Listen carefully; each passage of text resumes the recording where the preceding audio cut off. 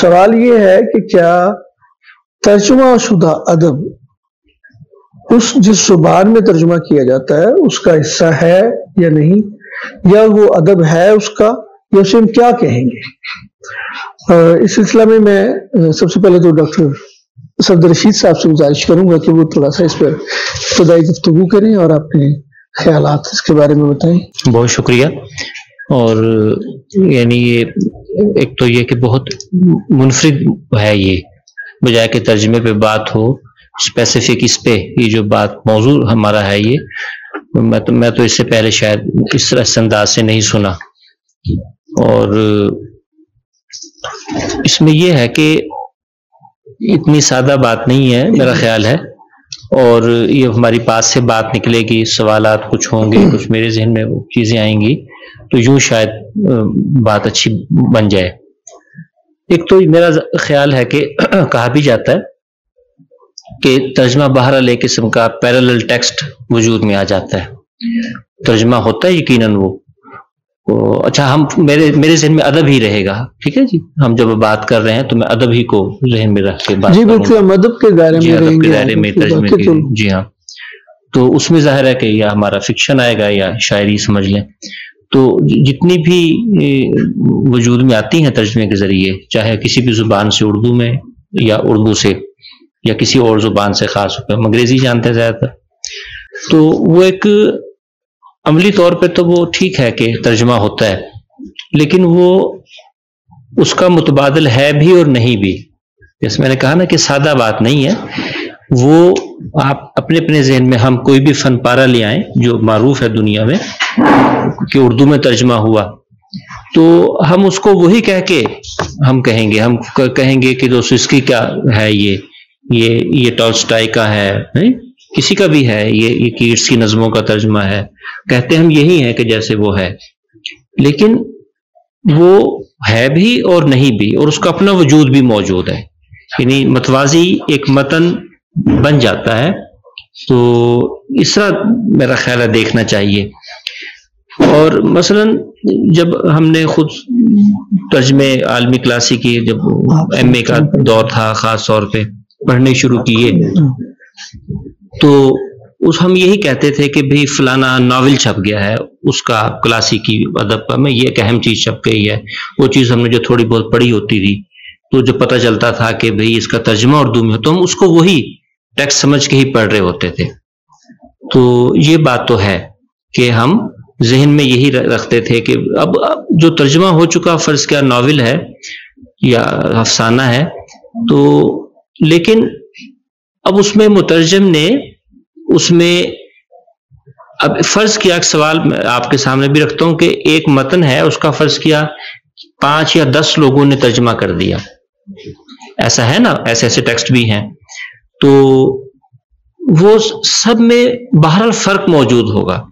اگر ناول ہے فرض کیا تو اس کی جو مین تھریڈ ہے، مین سٹوری ہے، اس میں تو ایسے فرق نہیں آئے گا، لیکن کیا ناول میں فرض کیا صرف کہانی ہوتی ہے؟ ایسا تو نہیں ہے، کہانی تو اس کی ایک بالکل سامنے کی چیز ہے، پلاٹ جس کو ہم کہہ لیتے ہیں، وہ تو ہمیں پتہ ہے، نہ کریکٹر کے نام بدلیں گے نہ بدلے گا، یہ کوئی مسئلہ نہیں ہے۔ یہ بہت ڈیلیکیٹ چیز ہے، اس میں عین ممکن ہے کہ 5 یا 10 تراجم یا ہم نے تجربے کے طور پہ کروائے، یا ایسے ٹیکسٹ موجود ہیں جن کی 1 سے زائد تراجم انہیں سامنے رکھیں، اگر ان کا ڈیپ انالیسز ہو تو حیران کن چیزیں سامنے آئیں گی۔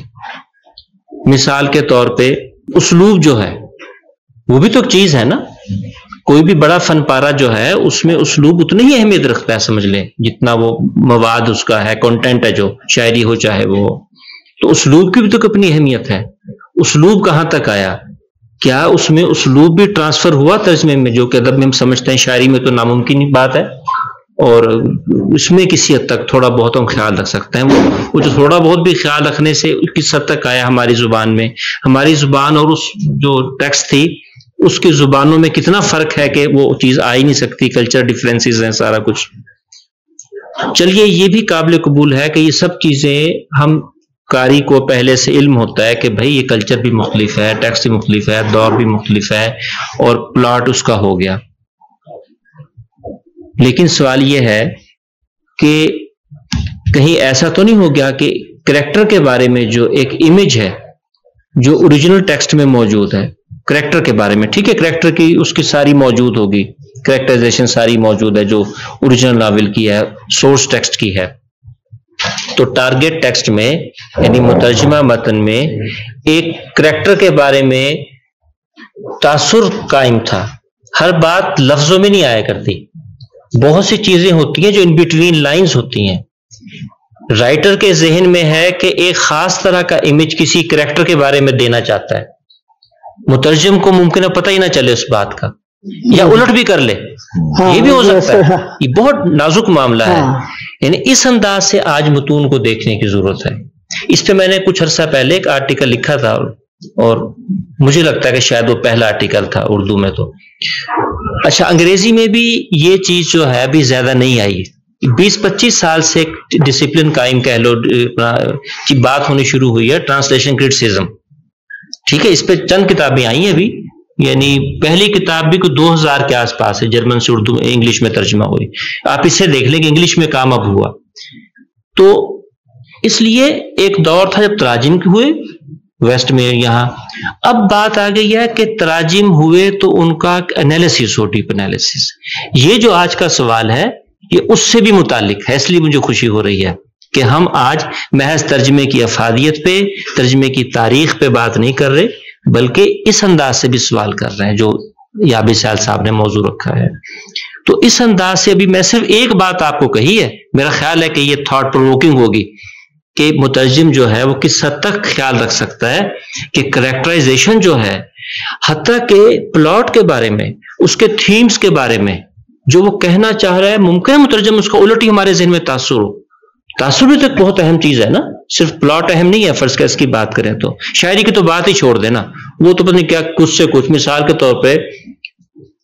عمر خیام کا ترجمہ فٹز جیرلڈ نے کیا، ایسا ہی ہے نا، سب سے پہلے پراپر جو یورپ میں مقبول ہوا، اور یورپ میں اس کی تعارف کا بھی مقبولیت کا باعث بنا جو آج تک ہے.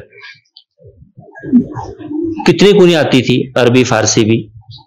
ٹھیک ہے جی، فٹز جیرلڈ کو، اور ترجمہ وہ بالکل مختلف چیز ہے. وہ تو بعد میں لوگوں نے انالیسس کی ہے نا، وہ بالکل پیرالل ٹیکسٹ ہے، لیکن باہر اس کی اپنی افادیت ہے. تو میرا خیال ہے کہ فی الحال میں یہیں رکتا ہوں.